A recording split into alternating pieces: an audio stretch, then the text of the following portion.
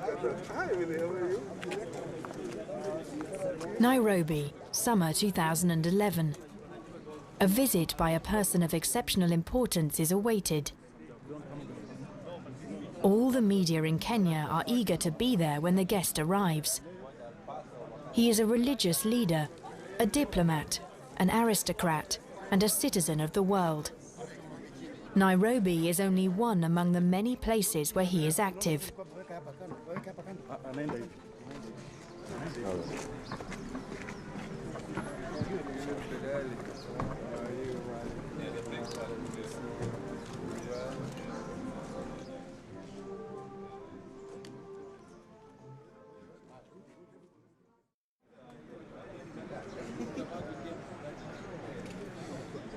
Karim Aga Khan arrives with his daughter, Princess Zara. He is someone who makes a lasting impression on everyone he meets.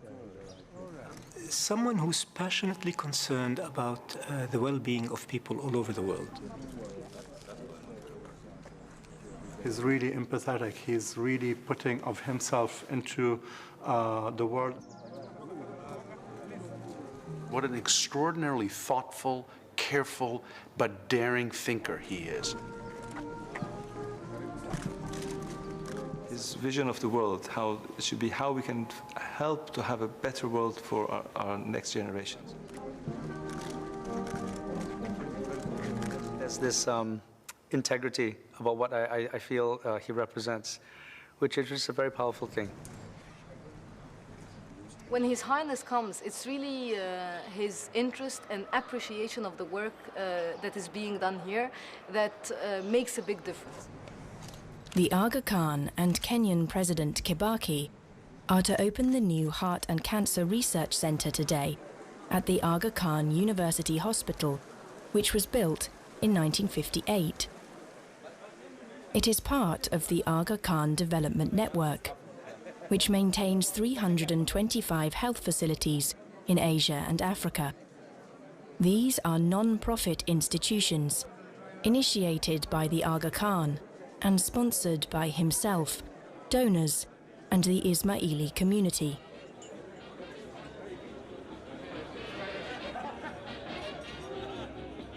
His father, Prince Ali Khan, who was married to Rita Hayworth, was a regular guest at high society parties during the post-war years and was well known for his lavish lifestyle.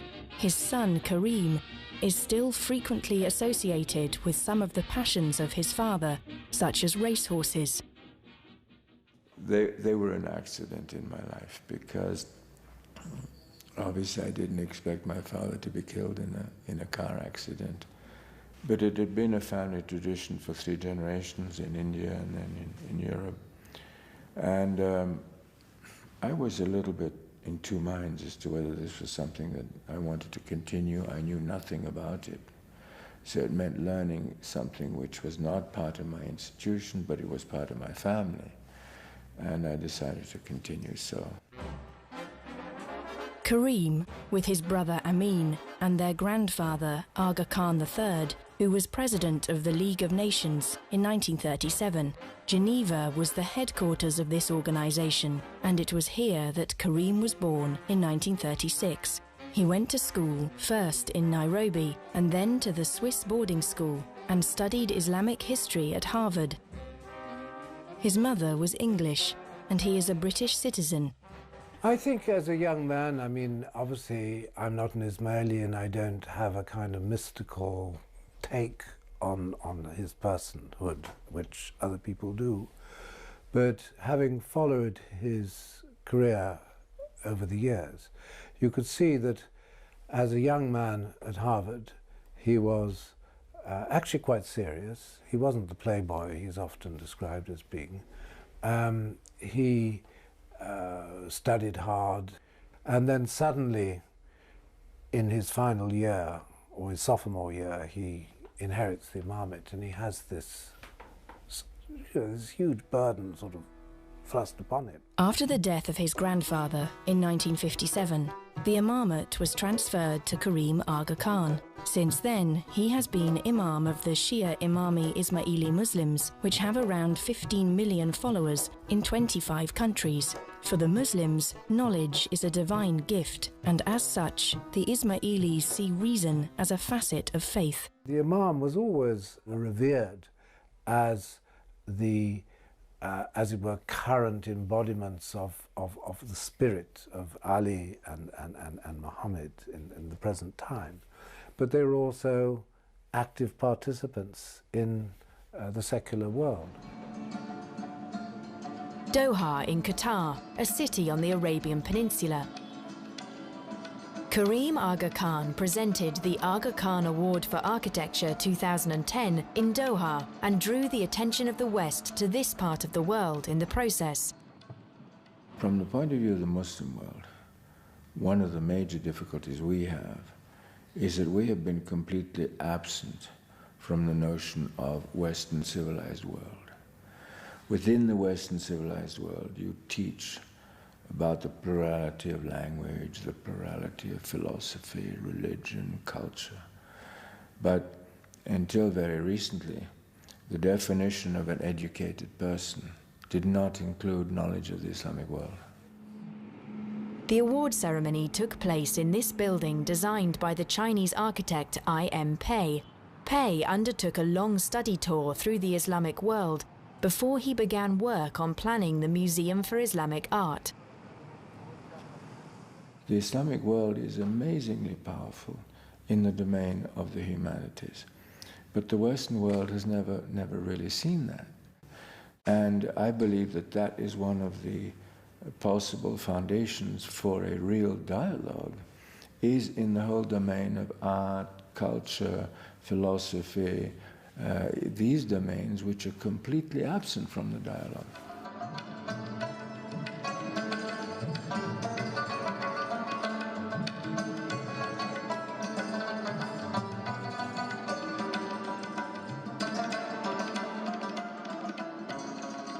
His Highness Karim Aga Khan. The title His Highness was given to him by Queen Elizabeth II in 1957, is greeted by the Sheikh of Qatar as an official guest of state and also as the host of the award ceremony. The Aga Khan has frequently been honoured for his continuing commitment to promoting the understanding between the Islamic and the Western world. A project in Saudi Arabia receives an award for the ecological transformation of a wadi, a largely dry river valley in the desert. Mr. Roderick MacDonald, Chairman, Borough. 10 years ago, a start was made in achieving environmental compatibility in agriculture and tourism. The Tunisian architect Faika Bejaoui accepts an award on behalf of her team for the successful restoration and revitalization of what is known as the New City area of Tunis, with buildings dating from the French colonial period. The young Chinese architect Li Jiadong attracted extensive media coverage for his award-winning village school in southeastern China. The Aga Khan Award for Architecture gives prominence to projects around the world beyond the major metropolis centres. When the award started, it set itself a number of goals, and one of the goals was to impact public opinion. International experts have met every 3 years since 1977 to decide on the winners of one of the most important architecture prizes in the world. Around 1,000 experts support the committee.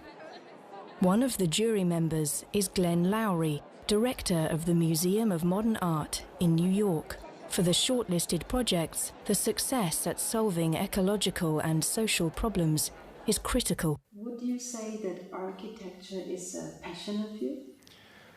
It's a passion, yes. I mean, it's obviously an extraordinary art form, but it's also central to quality of life. I was worried about an award that would be seen as an urban initiative. And keep in mind that most of the countries that I work in the demography is 70–75% rural. So the first question is, what can you do to improve the habitat in rural environments? And therefore, you have to then say, how do rural environments change?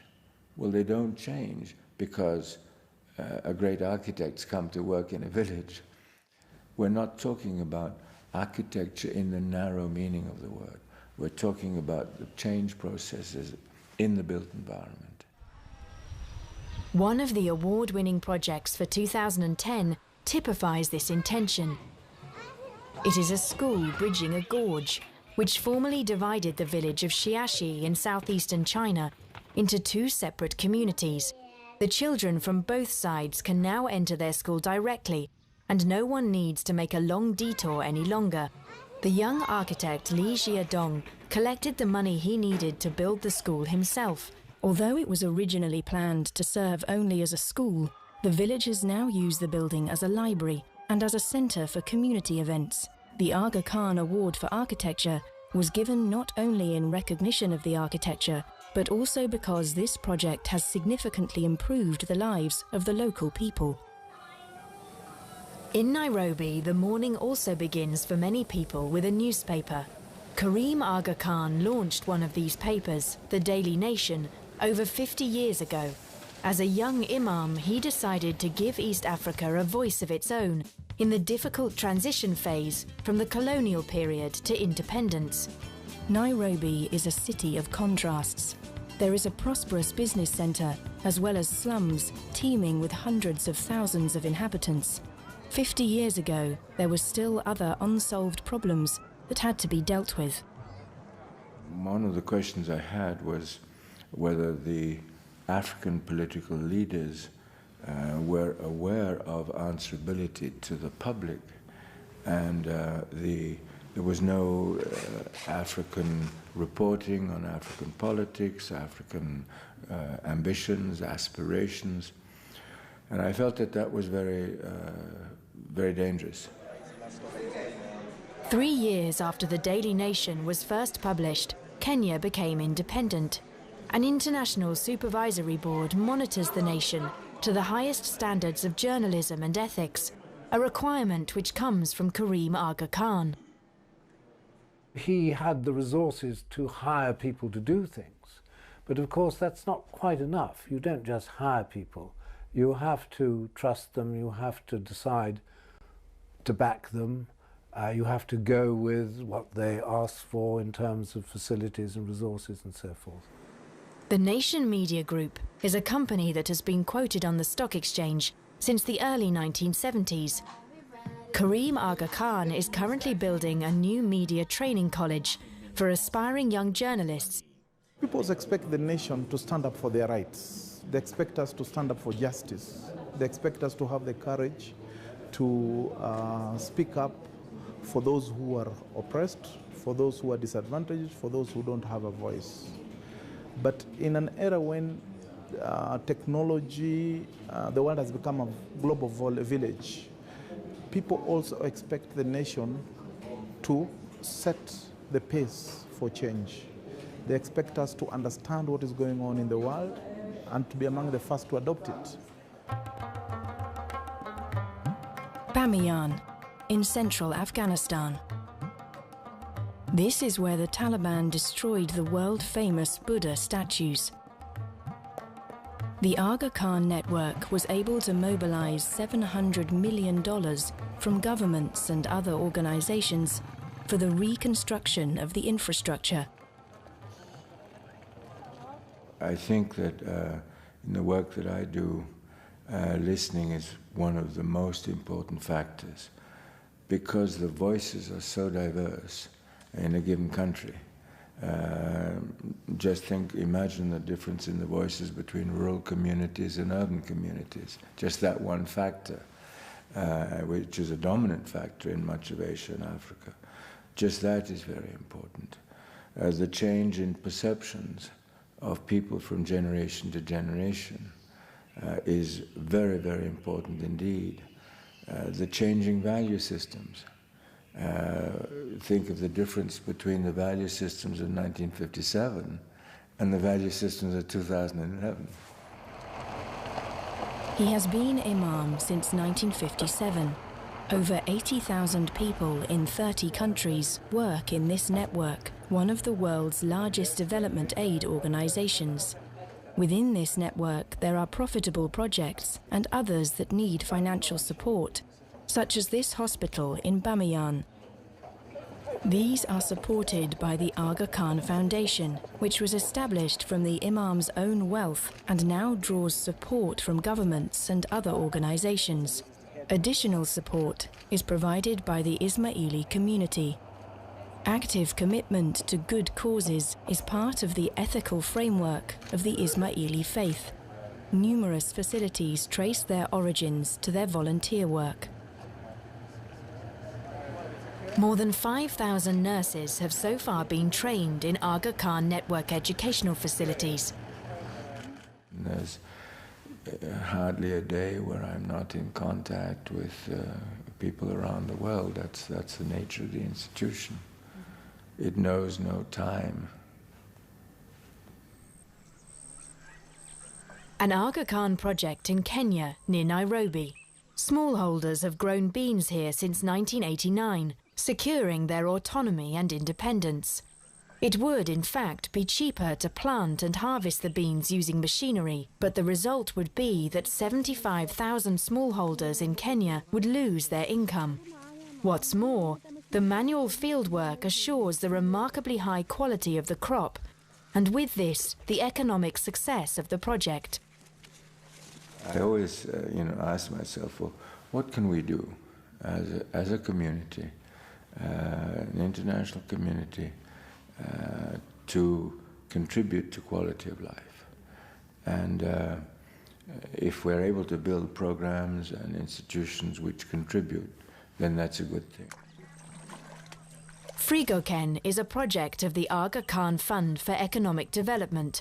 The fund is known in short as ACFED and has an annual turnover of $2.3 billion. All profits are ploughed back into the activities of the development network. The focus of these projects is on the poor countries of the developing world, irrespective of their religion or ethnic origins. When we look at programs or institutions, what we try to do is really to understand the dynamics of the situation in which we're working. And then we do take quite a long time to prepare the initiative, whatever it is. Because one of the concerns I have in the developing world, which is clear, is that if you engage a process and you find that the process does not give you the results you want, that's failure. And failure is very, very costly, much more costly in poor countries than it is in rich countries. There is no question of failure in this project. The women smallholder farmers of the Gatumbu Centre ensure that Frigoken is the world market leader for fine beans. The women farmers bring their harvests from the surrounding fields to the village square, where the quality and fineness of the beans is checked.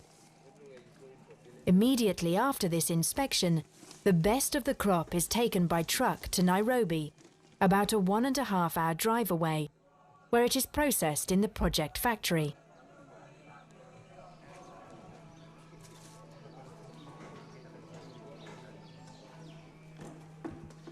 Each farmer brings her daily harvest to be weighed, and when this is done, she knows exactly what she has earned this afternoon. The prices are fixed at the start of the season. 80% of the farmers under project contract are women. Each contract is concluded individually and includes the quantity each farmer agrees to deliver and the purchase guarantee.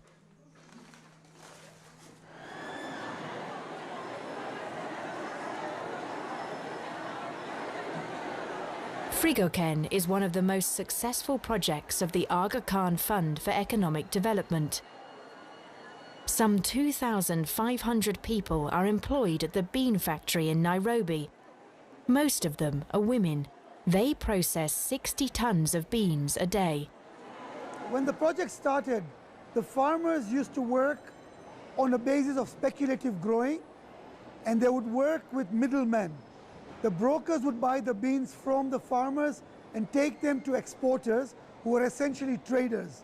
Therefore, the farmers did not have any form of contracts or any form of guaranteed price or market. It was pure speculation. Frigoken is one of 90 projects of the Aga Khan Fund for Economic Development, which employs over 40,000 people in 23 countries. Mostly they are volatile countries, where foreign companies fear to invest. ACFED operates banks, electricity companies, hotels and airlines in Africa, and a telecommunications company in Kabul. Profits are ploughed back into new projects. ACFED works together with governments, international companies and financial institutions, and with donors. The aim of all the projects is to create profitable and sustainable companies.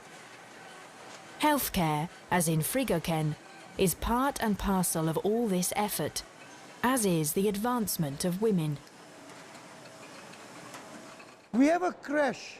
This is particularly unique for this part of the world, where the creche caters for babysitting children between the ages of 3 months to 3 years. This project has been in existence since 2002. In East Africa alone, the Early Childhood Programme supports 500 schools.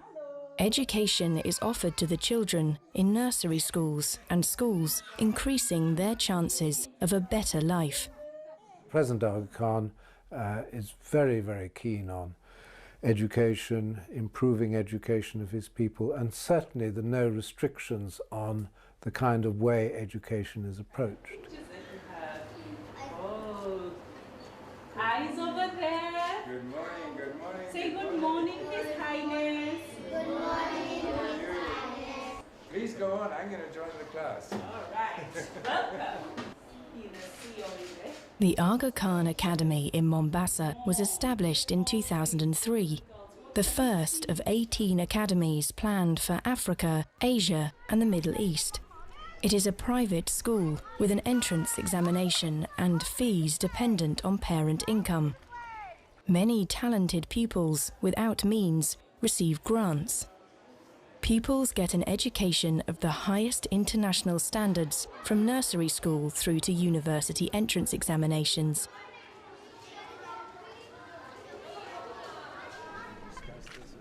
His grandfather, Aga Khan III, was already convinced that the future of a society depends on the education of women.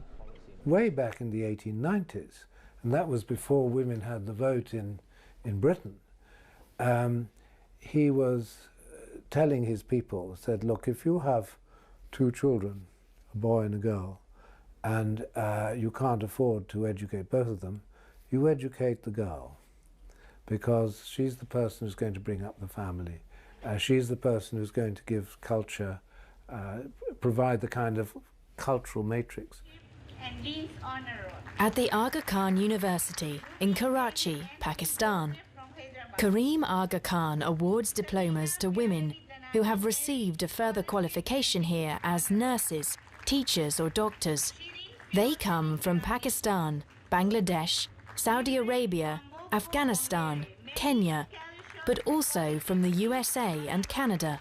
Fees depend on the income of the students and their families. The university was founded in 1983. There are twice as many female as male students.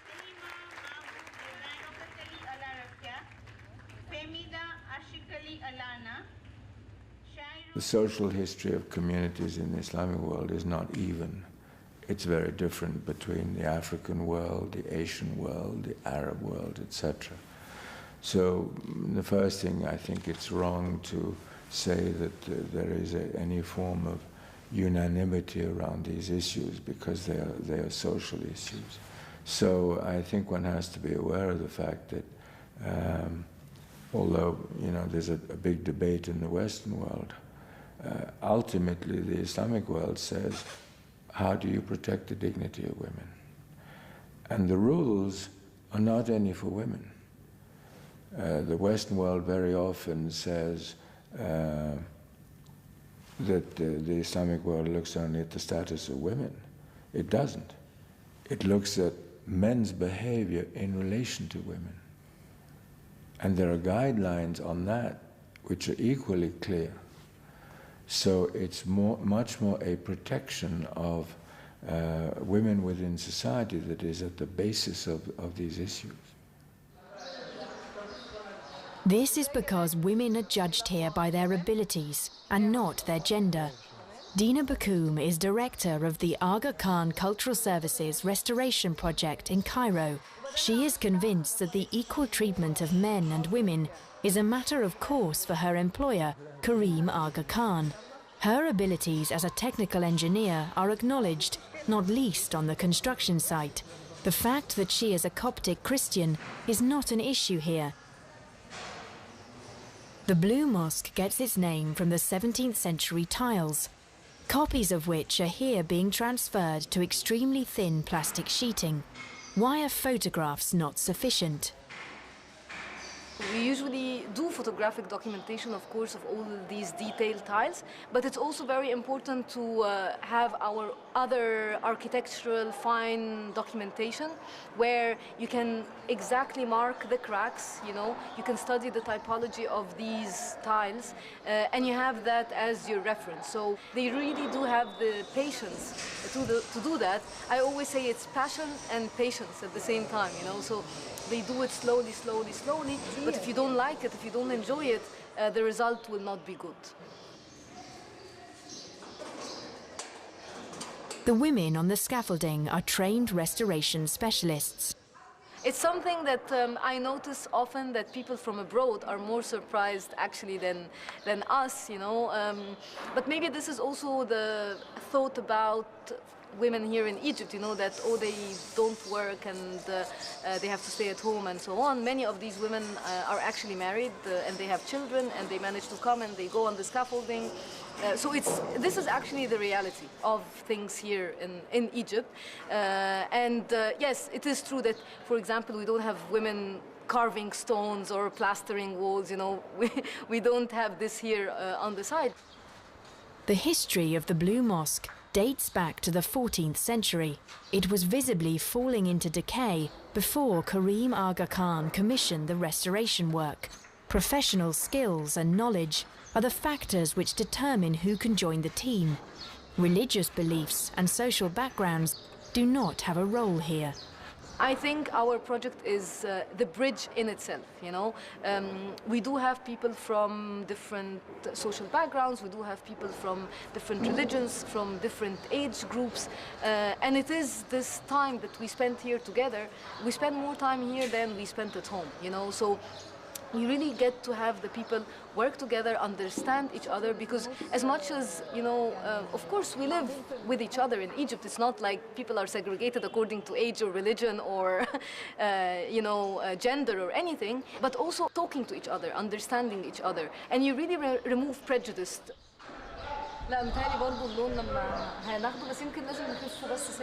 It is not only about valuing each individual. The Aga Khan explains. You bring to societies a new sense of dignity when you bring value to their cultural and historic assets. You remind them of the history of their own countries.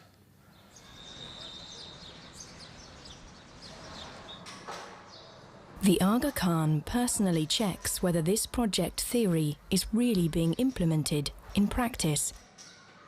When His Highness comes and talks to our team, you know, and to us, and gives us ideas and asks us questions, it's a very comforting interaction, and it really shows that he appreciates the work that we are doing and the effort that everybody is doing.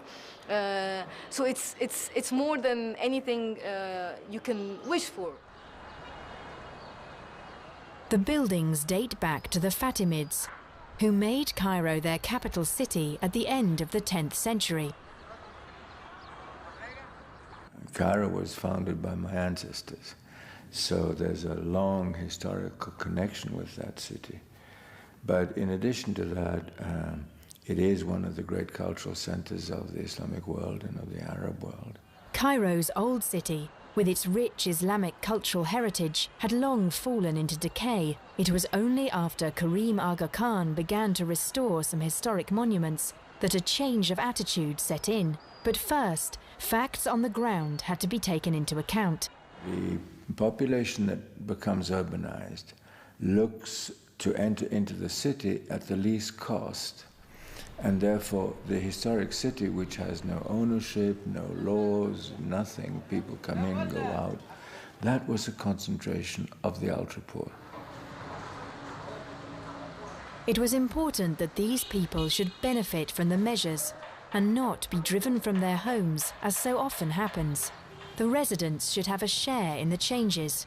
Dina Bakoum has worked for a number of years in Darb al-Ahmar and sees one of her tasks as involving local people in the changes. One of the things and the ways that we try to involve people in the project is really to have them work with us in the project, you know. So they come and they get some jobs with us, especially for craftsmanship from the neighborhood, those like carpenters who exist here in the neighborhood, and we ask them to work with us. We started with the facades, and they really saw progress going on, and they started to see the decoration and this beautiful carvings and colors appearing on the facade, and they started to really appreciate the efforts being done in this mosque. People enjoy using a public open space, and no one asks whether it was a Sunni, a Shia or a Coptic Christian who was behind it. Cairo was originally a city built by the Shia, by ourselves. But it had, very early on, a Sunni majority, and there was a complete, open, pluralist society. I would hope that that sort of vision of pluralism would be acceptable around the world. Unfortunately, that's not the case. The Ismailis are a Shia community, representing a small minority amongst Muslims. The majority of Muslims are Sunni. Karim Aga Khan, a Shia imam, commissioned the restoration of Sunni mosques, a symbolic act of tolerance and pluralism. There are no Ismailis living in Cairo. Improving the quality of life for the poorest, irrespective of their beliefs, is the mandate of the imam. Here in Cairo and all over the world, including as far away as in Central Asia. The Aga Khan is the spiritual leader of around 15 million followers. For these people, he is the direct descendant of the Prophet Muhammad through his cousin and son-in-law Ali, the first Imam, and Ali's wife, Fatima, the daughter of the Prophet Muhammad. The Aga Khan is the 49th hereditary Imam of the Ismaili Muslims. To see him, to meet him, and to be blessed by him is of great significance. He exists in people's hearts, regardless of whether he wants to be there, he is there. And this is something they've grown up with, they feel very special about him. And the question, I suppose, that leads to is, well, how does he use this? He could just sit there and say, thanks very much, I'm going to have a lovely time. And I think an awful lot of people would, a lot of these Ismailis would simply go along with that, because that's part of that tradition, was you give to the Imam. But what he's done is, I think, very remarkable. He's converted it into an engine for, not just for improving his own community, but for extending its knowledge, its welfare, its understanding of the world to peripheral or communities surrounding his community, which become the beneficiaries. The Aga Khan could not enter Afghanistan in 1998 because of the civil war that was raging. So he decided to bless his followers from across the river in Tajikistan instead. Many thousands flocked to see him across the river.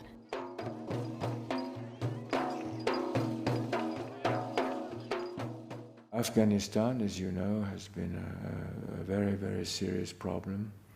And so this is one of the situations where we're dealing with a post-conflict area. And there the question is, what are the priorities? And priority number one, obviously, is security.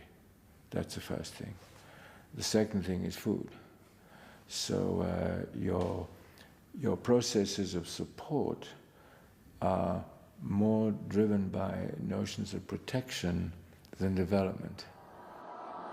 A civil war broke out in Central Asia in the 1990s, following the collapse of the Soviet Union.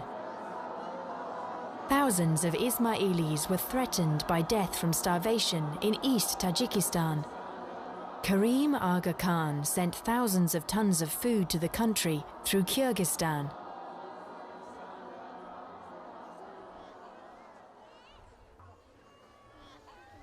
On this day of joy and happiness, and at the beginning of this irshad, I convey to all my murids my most affectionate and most loving blessings.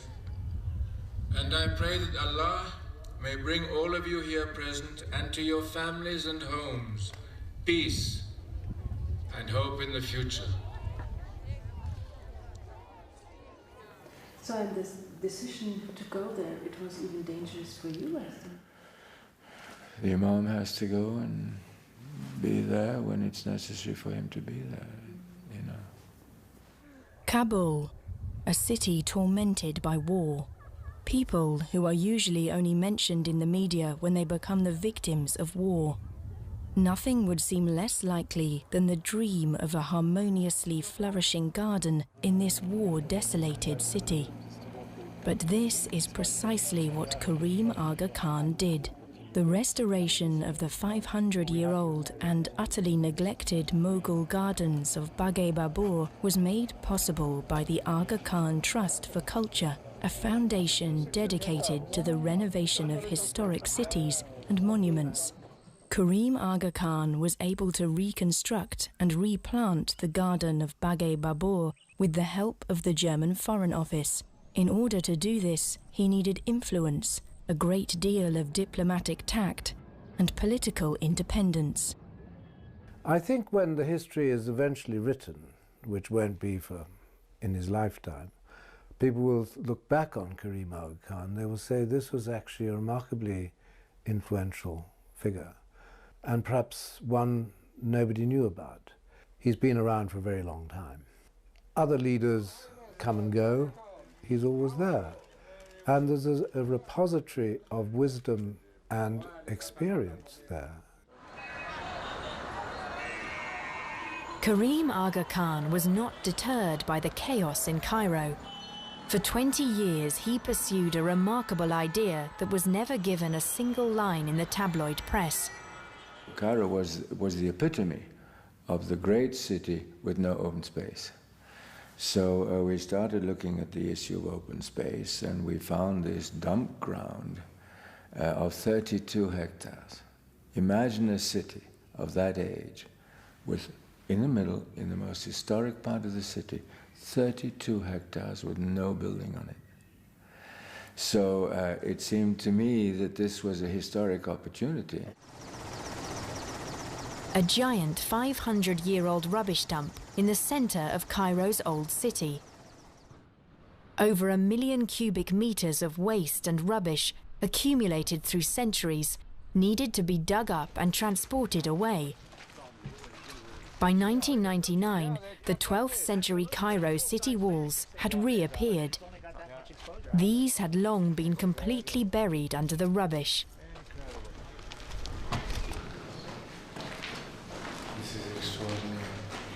You know, it's much more dramatic than anybody could describe in writing. You know, you actually have to see this.